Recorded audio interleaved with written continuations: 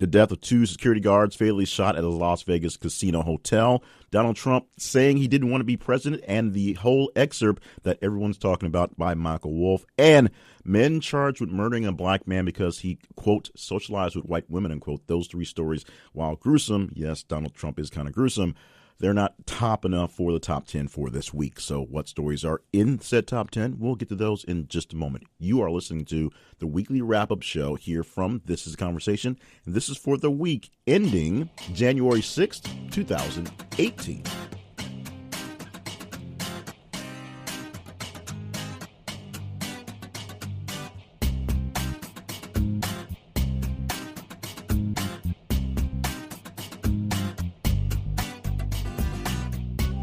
And welcome to the show. I'm Jay Cleveland Payne, your host for this show, plus the man behind most of the things at thisisconversation.com. There is a team of folks helping to get things done, and things will hopefully get done a lot quicker this year as the team gets bolstered up. We'll have more people on the team.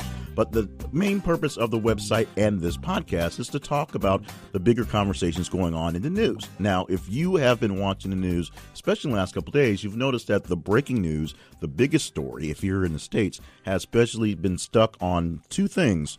One, the big snowstorm, the big ice snow polar bomb, what they're calling in the East Coast, where the big cold's coming up, and most of it actually on Donald Trump and a book that's coming out. Was coming out next Tuesday, and it's actually coming out today as we're recording this to meet the demand and all the need for it, because everybody just wants to read about how Donald Trump is incompetent. So, since that went on for about 4 days straight talking about this book, a lot of other conversations, a lot of other headlines, other stories got missed out. So we like to make sure that all the stories that are going on along the world are being talked about by you in the best conversations we can have with you, the best conversationalist we can have. I learned that is a word. I just often use it out of context. Now, how this show works, how the whole concept of This Is Conversation works actually is all week long, every day, 24/7, throughout the day, you'll see links to various news stories, headlines to links to stories that are happening more or less in the here and now. Sometimes stories take a while to trend up to be seen, so sometimes those stories take a while to get into the feed. But throughout the day on social media, via Twitter at @th_conversation, via Facebook at This Is Conversation, and of course at the main website, thisisconversation.com. We post the links to the stories, and your interaction helps us figure out which ones to talk about for this show at the end of the week. So as a story pops up in your feed, as you're checking your Twitter, your Facebook, like it, love it, reply to it, share it, do what you can to interact with it. The more interactions that pop up get logged. We put them into a big spreadsheet with all the interactions from all the interfaces, and we come up with a top 10 list for the week. We actually come up with a top 15 list. We'll talk about the ones that didn't quite make it in, some we talked about in the tease already. And we go all the way down to the almost irrelevant story. This week, 97 unique stories in the feed. So we'll make sure that gets a little love because it almost didn't. And we normally have a interview segment in the center section of the show, which we have a game we call the brackets, the unfair brackets, its full name, where we take the top 10, we re-rank them and offer them up to the person who's doing the interview and let them see which story they like the best out of what's given them. This week, we're starting the year off with a little bit more housekeeping, a little more explanation on things we're doing forward. And it's still sort of a half week for a lot of people, so getting people on schedule didn't work out so well. Hopefully we'll go through. We have a goal of getting 50 interviews this year. So we'll see if we can go 50 straight weeks with interviews, of course, not counting the first week, this week, and the last week, where we'll do a wrap-up like we did last week. Enough of the rambling. Let's go ahead and get into the show and get into the top 10 stories of the week as you guys determine. It's all basically about you. At number 10 is this headline. It goes, Kim Jong-un offers Olympics olive branch to the South. Now, this is something that happened early in the week, and Trump will pop up a lot this week because he took credit for a lot of things and threw a lot of blame at other people for things. But early in this week, a hotline between North Korea and South Korea that was shut off about 4 or 5 years ago was picked up this week, and they've had 3 conversations on the hotline. Right now, it's essentially making sure the whole thing works.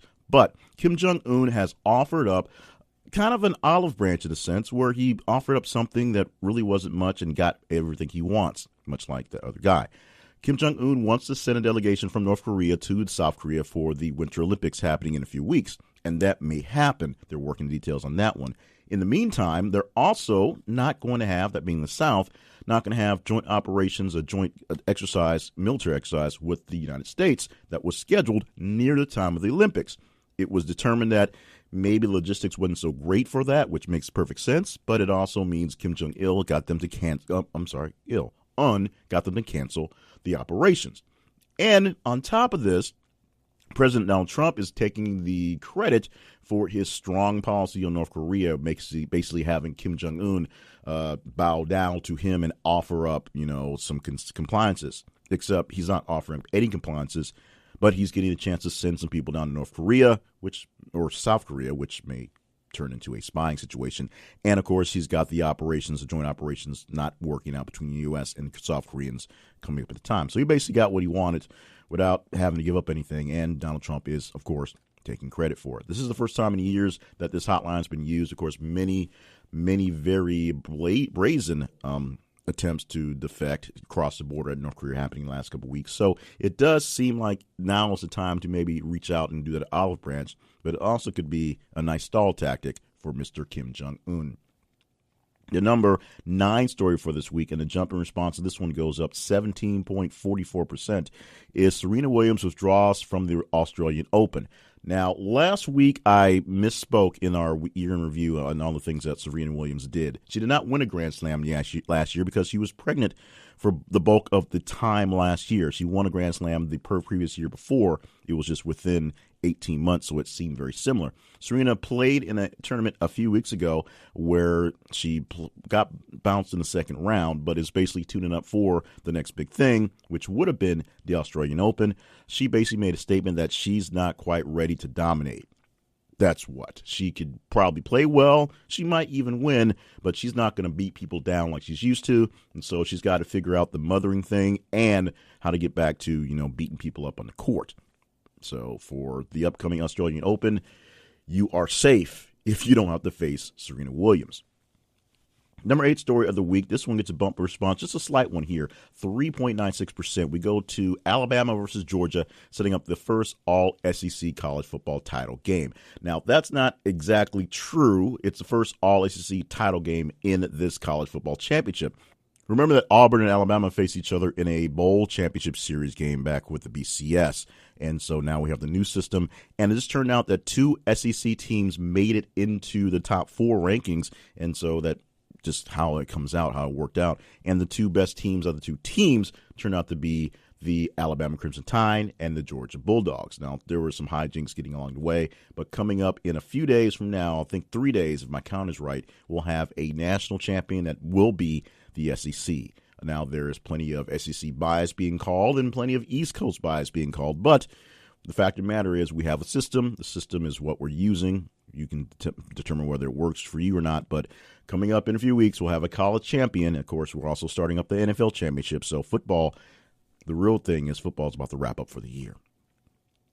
The number 7 story this week is a jump in response of 1.9%, but a surprising story that caught up and made its way into the top 10, or stepped in the top 10, should say.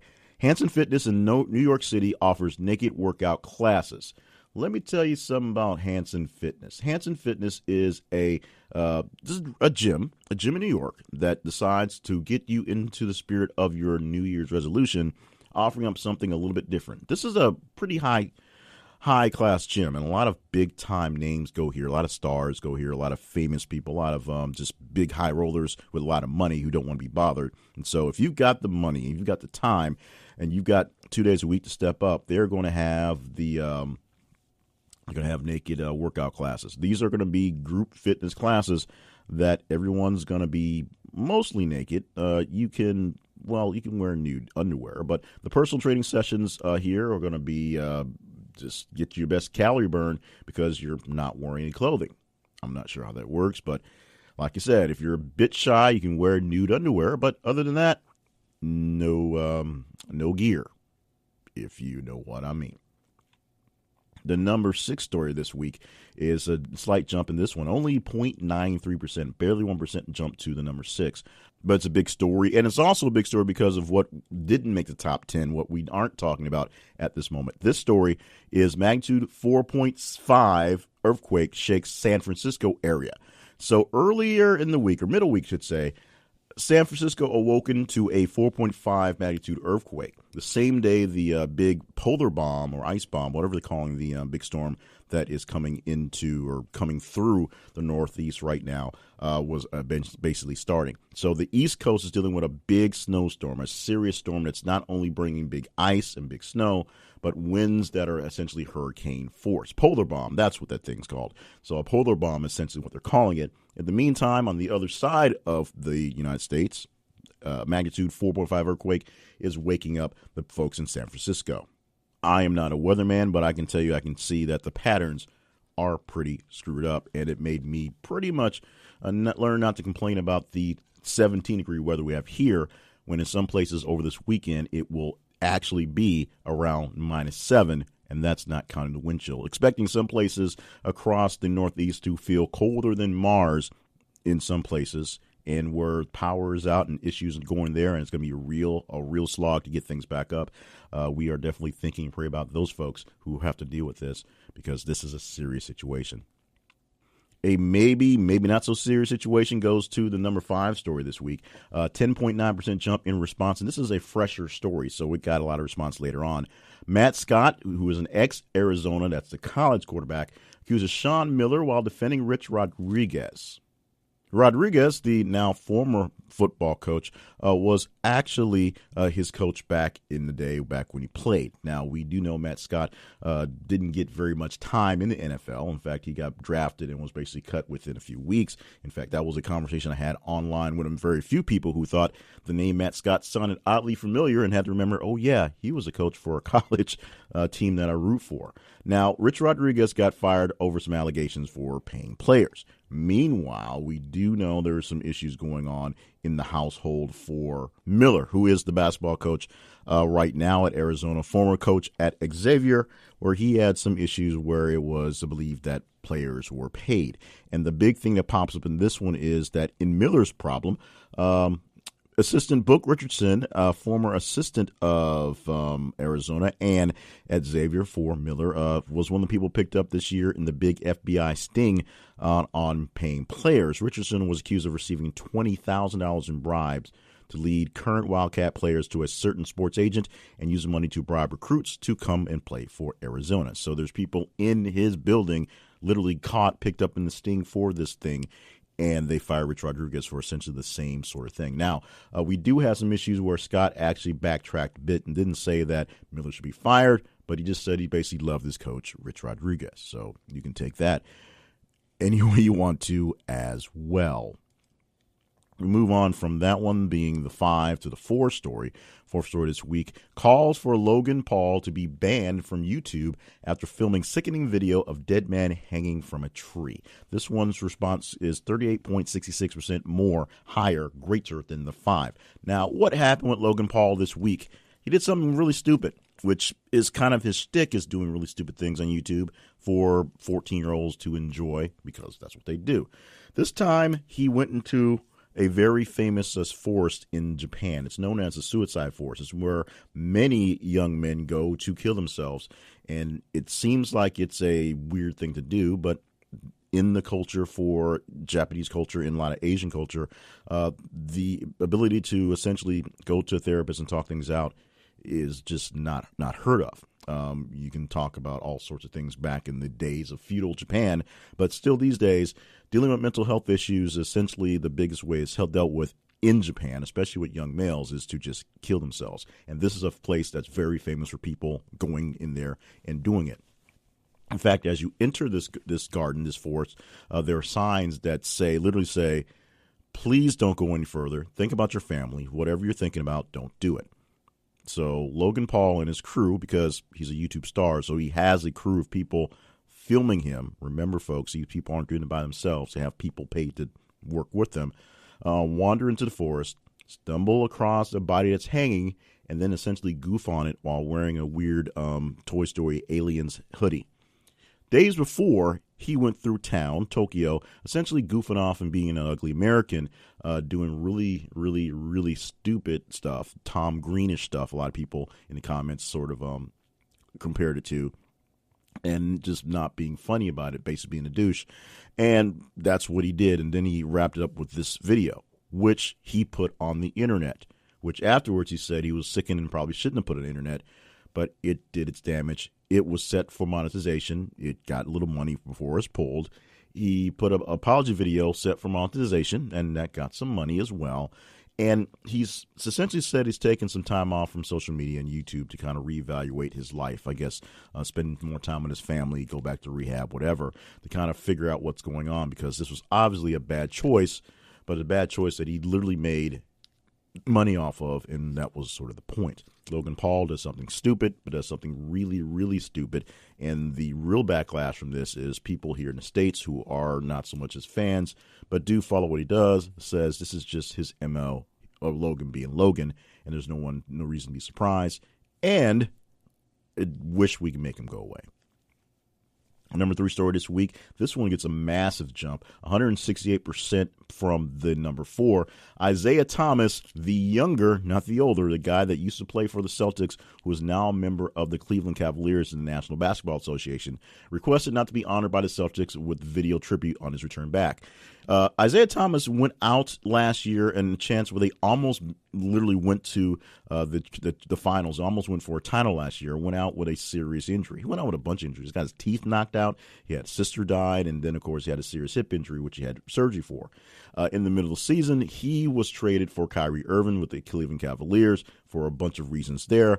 The bulk of it was Kyrie wanted to be the man on his team, and Isaiah Thomas was just a good pick to put on the team that would complement the team of LeBron James, a real point guard who, although he can score and take over, wants to actually play point guard. So that happened. But Isaiah Thomas was a big part of the heart and soul of the Celtics for the past couple of seasons. So as he returned back, A, from injury, he just started playing a few weeks ago, and B, to his first time back at the Garden, they thought they would honor him there. They gave him a big standing O. They were very happy, but he did not want a video tribute, and they honored that by not making a big deal on that day. But they probably will do something later down the line. Now, the number 2 story for this week is a super story. We combined 2 headlines. Shots fired in Douglas County, multiple deputies down, and Colorado shooting, 1 deputy dead, 4 injured in suburban Denver. Let's break this down. First, this was a response jump of 36.5% from the last story. And what we had was a fallen officer, a shooting, a gunman who killed the deputy in just kind of a weird random ambush attack, 100 rounds fired in the attack. Additional officers were there, but the gunman was killed by officers on the scene. And it was just kind of an odd thing happening in Colorado. And the really big thing was the guy that was doing the gunman, the shooter, said that he had plans on running for sheriff. That's what made the whole thing extra weird. Of course, we're honoring a Deputy Zachariah Parrish, 29 years old, who was killed in the attack. He leaves behind a wife and 2 young children. So it's going to be it's very sad state of affairs for the community and for the family. But the whole incident was just ridiculous, to be honest. And we go now to the number 1 story this week. This one is a single story that was able to hold its headlines all weekend long. We posted this late on Saturday after it happened, or early Sunday, basically, you want to say it. But the story for this week, number 1 story, with a jump in response from the number 2, 3.47%. A jump in response from the 10 story, 670%. And from the almost relevant number 97 story, 6,160%, is Chris Cyborg beating Holly Holm to retain her UFC title in UFC 29 or 219. It's a week off and things go crazy. Now, Chris Cyborg is sort of a polarizing figure in the world of the MMA, but she claimed a victory over Holly Holm, who's, of course, got the moral victory because Holly Holm had to step up to a weight class to fight, and it did go 5 rounds, so there was that. However, the judge gave it an unanimous decision to Cyborg in the thing. Now, the fight may have been closer than people realized, and because some of the judges thought that maybe Holm did a whole lot to really hold up her own, but she just couldn't hold up on the long haul. And, of course, Cyborg not getting the beatdown that she expected or that she wanted. So we'll see where this goes from here. The big names all the big names in UFC actually are kind of in flux right now, and it's definitely not a big name other than essentially Holly Holm and Chris Cyborg in the women's division. We will see who steps up to be the next contender and challenger for Chris's title, and who's the big name for UFC coming up. And that's what we have. You have your top 10 from 10 to 1 for this week. Week, of course, ending January the 6th, 2018. Got to get used to saying that. Remember, you get your chance to say what's in next week's and beyond. What do we talk about for the top 10s and all over the place by just simply doing what you're already doing, interacting on social media. Find us on Twitter at @TH_conversation and find us on Facebook by searching This Is The Conversation. Follow us. Make sure we're highly in your feed. And when our stories pop up in your feed, like them, love them, hate them, share them, respond to them, respond to me, talk about them, and we will give them as much love as possible. Enough love gets them at the top 10 for the week, and we'll talk about them in the first segment for the show, as always. If you miss them there, if you're not a social media person, you can check out the links at the main website still. ThisIsTheConversation.com. No interview this week, so we'll do some more projecting, let's say, housekeeping projections for the upcoming year, coming up in just a moment here from This Is Conversation's weekly wrap-up show.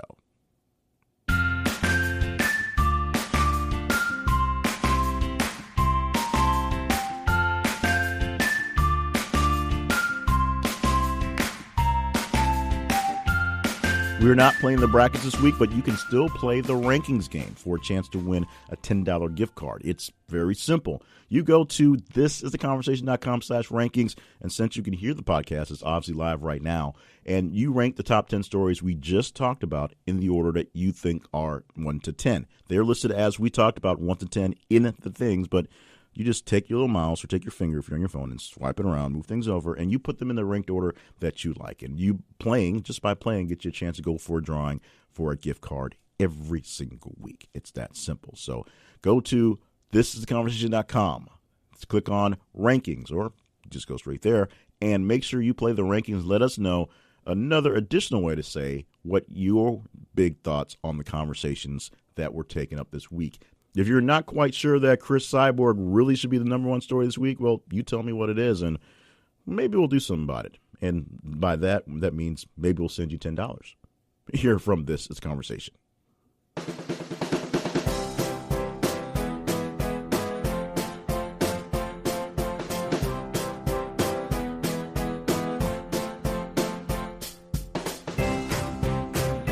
Brevity not exactly on display for our first full show for the year. Of course, last year we had the timing worked out so we can really wrap up essentially at the end of the year, but we went ahead and did a year in review show. Wanted to see if I could do it, and I did. We're going over some of the top stories based on when we started this back around March and just whatever gathered. And because some big stories just stuck around in the consciousness of us and Twitter and the internets and Facebook and whatnot, and, extra shares over a couple of weeks. Some of those stories that were large got even larger. So the top stories were really big stories, really big respondent stories. And there were some stories in the very recent time that were able to catch up into the larger parts of the time. We'll have to tweak the format for next year. And next year we may actually do an award show. One of my biggest dreams is to do a annual awards type show. We may do the Conversation Awards or the Convies or something. Since we've got a full year of data, I can now gather data and hold it for a year, which is the coolest thing I've learned in the process of working on this podcast. So thank you so much for being a part of the podcast, being a part of the show. And we got a few other great things we're planning for the upcoming year to make things hopefully go a little smoother on this end and be more entertaining and more infotaining for you on the back end as well. Look out onto the webpage in a few days. We're building some things. We're doing a lot of changes to the website right now. Hopefully make it a little clearer, easier to navigate, and just more mobile friendly. We had some issues with the last template not being as mobile friendly as we believed it was. So a new batch of templates that we actually purchased for specific purposes of some other projects, and this one in particular, to fix this one, should help out in the long run, being a much better, easier to navigate show. So hopefully that's there. So check it out because it's a better navigatable show for your mobile. We're seeing a lot of response on mobile devices, but check it out because we're doing some shifting to the way things are looking, the way things are working. We still want you to play the rankings just as regular citizens. Just go play the rankings for a chance to win $10 gift cards. But as I said very much earlier in the open for the show, we are looking to hopefully fill nothing but interviews for the next 50 weeks. That's from next week till the week before New Year's. So we plan on having a Christmas week-ish interview style as well. Hopefully get somebody that's themed or somebody that's a big friend of the show to do their last big one of the year. But we want to do 50 interviews, one every week coming up for the bracket. So we're going to set up a link where you can honor up someone to be a volunteer. That's the word I'm looking for. Volunteer someone up to be a member of the Play the Brackets. It could be you if you want to promote something you're doing. It can be some other podcaster or some other writer, some other blogger that may or may not know you're nominating them.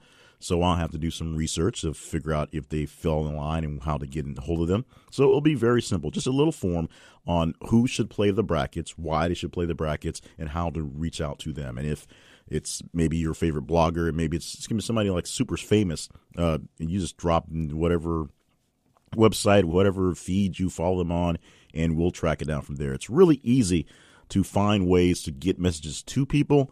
The hard part is actually getting them to respond, and that's part of the art of pitching things to people. I know from pitching things, from doing radio and doing morning radio and morning shows and talk shows for a while, that being pitched and pitching is an art and a skill.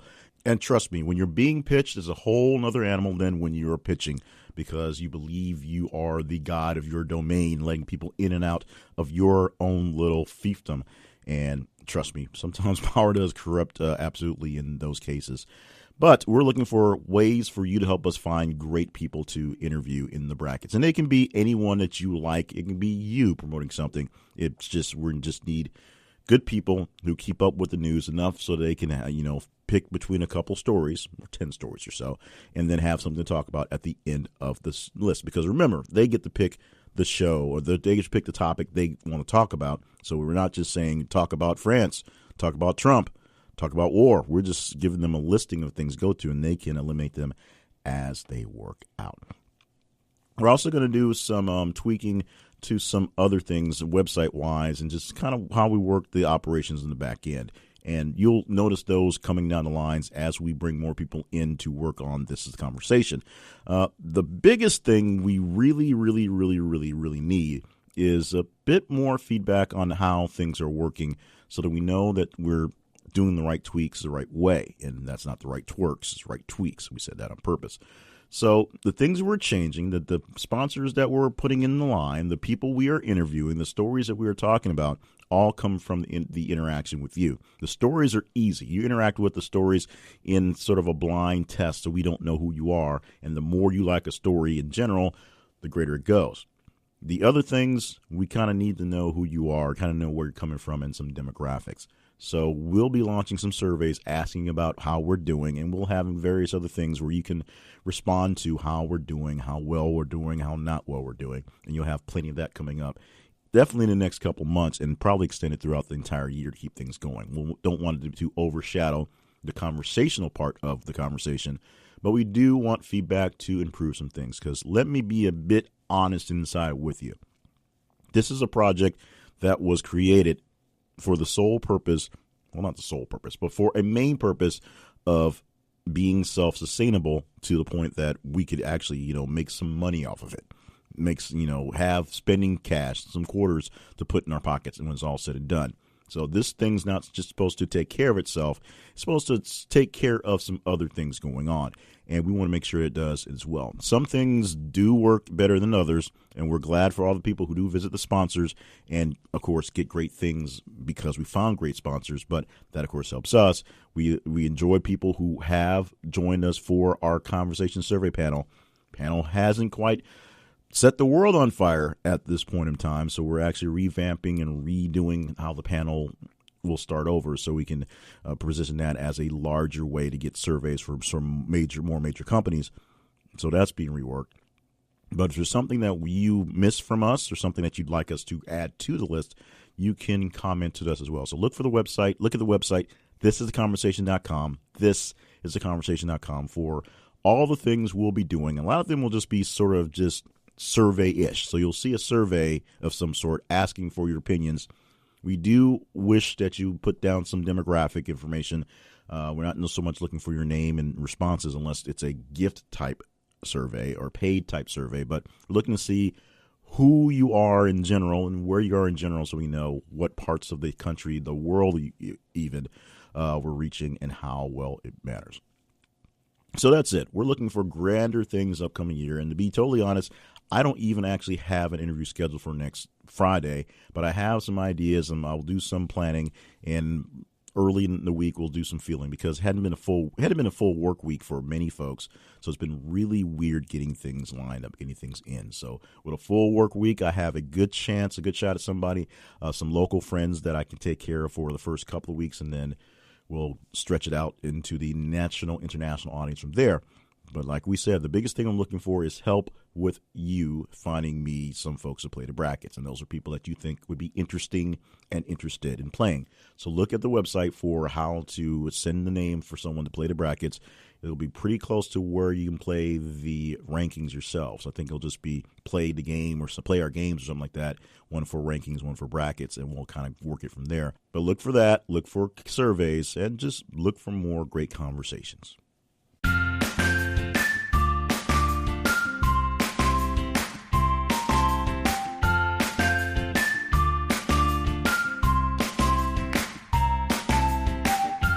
What can I say about Coffee for Less that I haven't already said? I don't think there's anything I can say that's brand new to Coffee for Less, other than my own drinking habits. You see, I have a confession to make. Over Christmas, I received a new mug. It's a very large mug. It's a Spider-Man mug that I just saw and had to have, and so now it's mine. But the mug, despite being very, very heavy, allows me to drink about 2.5 cups at a time of what I can normally drink in a normal coffee mug. And so in that mug, and because it's New Year, and because it's not so much resolution, but just kind of a new chance to start, I've been drinking lots of tea. Lots of tea to go in the very large mug. And because I need lots of tea, I've been going to Coffee for Less. Coffee for Less offers up all the brews you want in the forms you want them.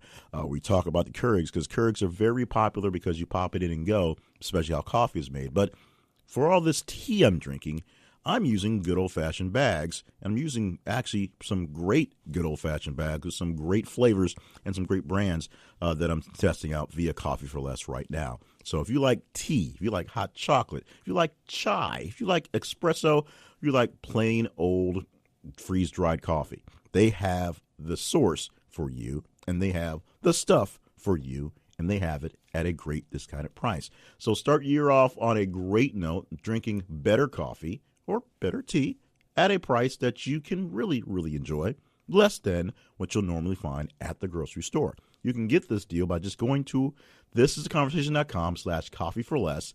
Thisistheconversation.com/coffee for less. You can stop by our sponsors page, click it there as well, and visit any of our sponsors for this hopefully fine show that you think it is. But for fine coffee, fine tea, fine other hot beverages, you can find them at Coffee for Less and get a discount through us. We thank you for enjoying us. We thank you for enjoying coffee and even tea. I'm getting used to the tea thing.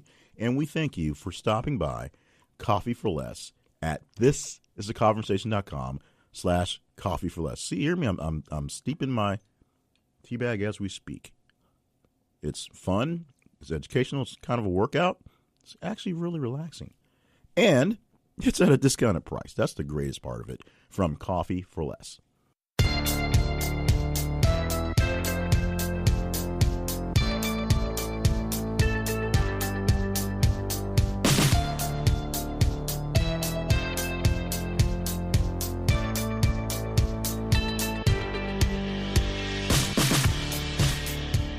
Once again, thank you for being a part of the conversation, because you don't know how much time we have left. Well, we have about 10 minutes. We never know when we go down the line of stories, just listing them down, seeing how things go, how we wrap up. So the wrap-up's usually kind of tight. So I wanted to remind you right now how you can be a part of what we have going on. Stop by our website, thisistheconversation.com, to find out how you can follow us at everywhere, including the most important parts is Twitter and Facebook. That's where we add up your scores, th_conversation, and This is the Conversation on Facebook.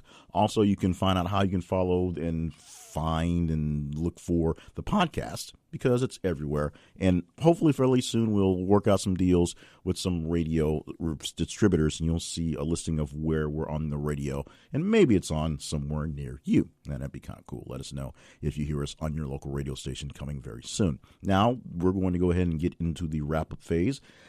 This is the third segment, so that means we are really just about done. Let's start off with the almost irrelevant story of the week. And that is headline number 97, Stores Jammed as California Starts Recreational Pot Sales. Now, we'll go ahead and expand on this because we don't really know if we'll get into it with the random stories to fill out the plot. But this week, or exactly on the 1st, which was this week, California became the largest state to have recreational pot sales be legal. Now, this is a state thing. It's still illegal to buy, sell, grow, distribute it on a national basis. But so state lines is an issue. But if you are a resident of California and you were able to partake in one of the dispensaries that just not open, you've had a great week so far. That week may not be wrapping up so great, although, because Attorney General Jeff Sessions has gone forward with a plan to lock down and essentially scratch off the books, reverse all the laws that the Obama era did to more or less open up the way for legalized pot. Now, Obama didn't necessarily say everybody should smoke pot, but what they did was they put the emphasis, or took the emphasis off the chasing of the criminalization of pot laws, of marijuana.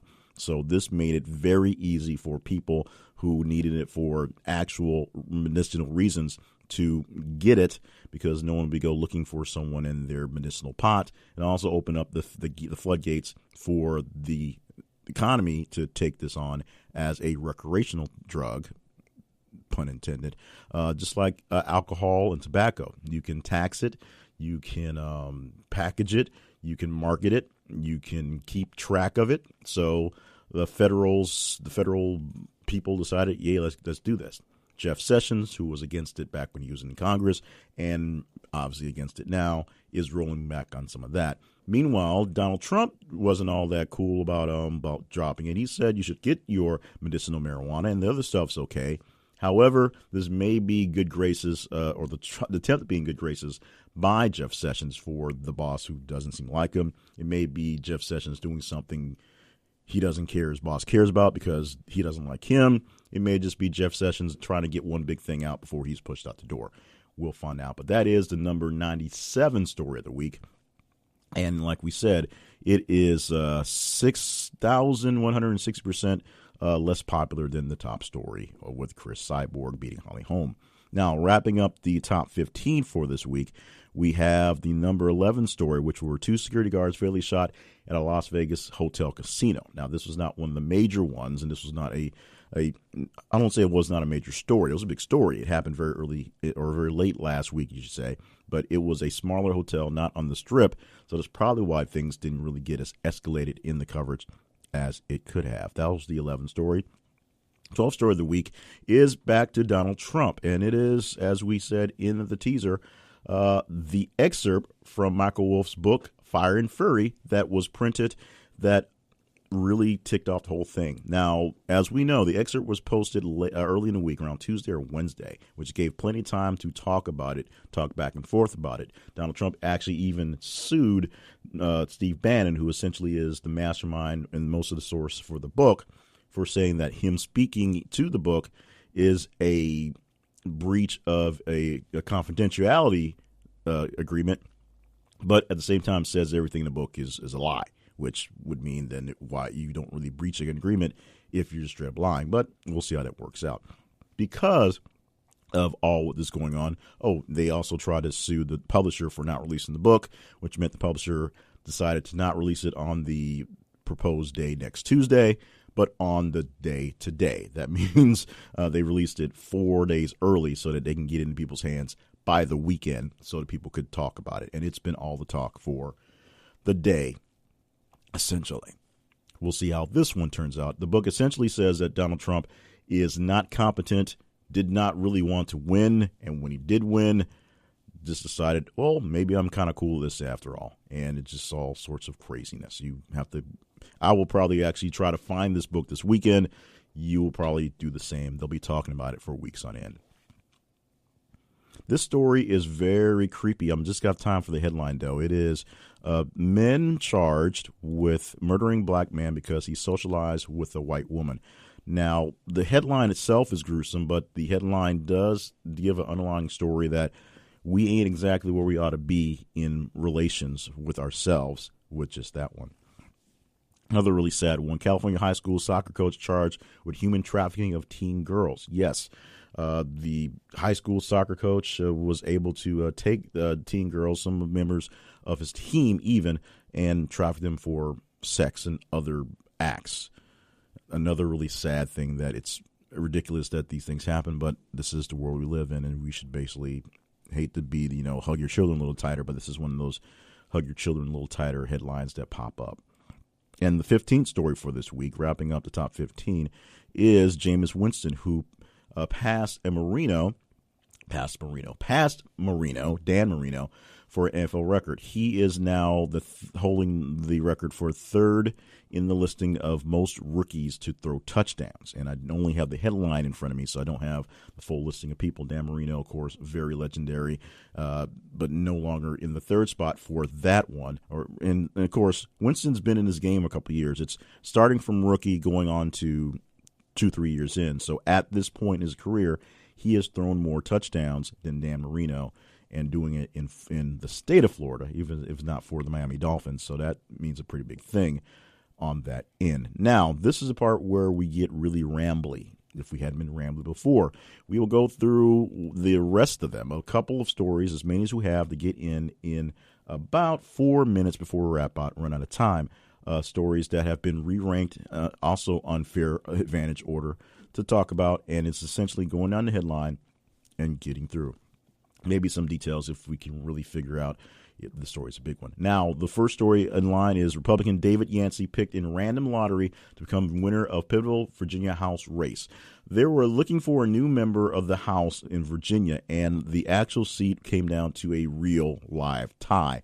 And even though they've batted it around for months, they had to come up with some sort of way to figure it out. It was going to be a draw of lots, like old school draw of lots lottery, and it basically turned into that. They pulled a name out of a hat from a couple slips of piece of paper, and on that paper was David Yancey. He is now the new Republican House member for Virginia because literally his name got pulled from a hat. This one may tick you off a little bit. FCC cited 0 of the 22 million consumer comments in its 218-page net neutrality repeal. Now, we know that the FCC is pulling back on net neutrality, and we know that they say it's because, it's a great thing. The problem is, as this headline says, 22 million consumers had a beef with it, and they didn't reference any of them. They didn't reference the fact that there's a problem with net neutrality not being there. They didn't reference the fact that people have a problem with net neutrality not being there. They just said, this thing's awesome. We're rolling with it. We're saying this for 218 pages, but not going to even acknowledge the opposition. Spotify was hit this week with a $1.6 billion copyright lawsuit over tracks by some names, including people like Tom Petty and Neil Young. However, Spotify also made the way for a IPO to happen in kind of a slick way this week. We'll see if the IPO and this lawsuit will cause issues for the company. Merrill Lynch is asking its clients and advisors to not trade Bitcoin-related investments. In fact, it's banning them, keep them out of the Bitcoin market, believing it may be a bubble. We've heard that one before. The Las Vegas Golden Knights become the first team in NHL history to win 6 straight games in its inaugural season. So things are looking pretty rosy for an ice hockey team in the middle of the desert. We'll also see how well they do, that's being Las Vegas, in, I guess, a year from now when the Raiders actually get to town, and we'll see how that works out. But right now, Las Vegas is looking like a very good place to be a sports town, if you can believe that or not. And 2 quick ones before we get out of here. A man fatally shot in Kansas due to a swatting incident. That's where a gamer online in a whole other state called the police on the guy, and he ended up being dead in this case. Ended up with an arrest. And Gretchen Carlson is back on the scene. She's now the new chair for Miss America after all the sexist email things. We talked a lot about that last week, so you can go backwards in time and figure that out. But yes, Gretchen Carlson is now large and in charge for Miss America. Thank you so much for being a part of what we have here for the conversation. Large and in charge yourself. Come back next week for another great show. And, of course, follow us on social, th_conversation on Twitter, and This Is a Conversation on Facebook. And get in your votes by just interacting with the responses. Thank you so much, and we'll see you next week.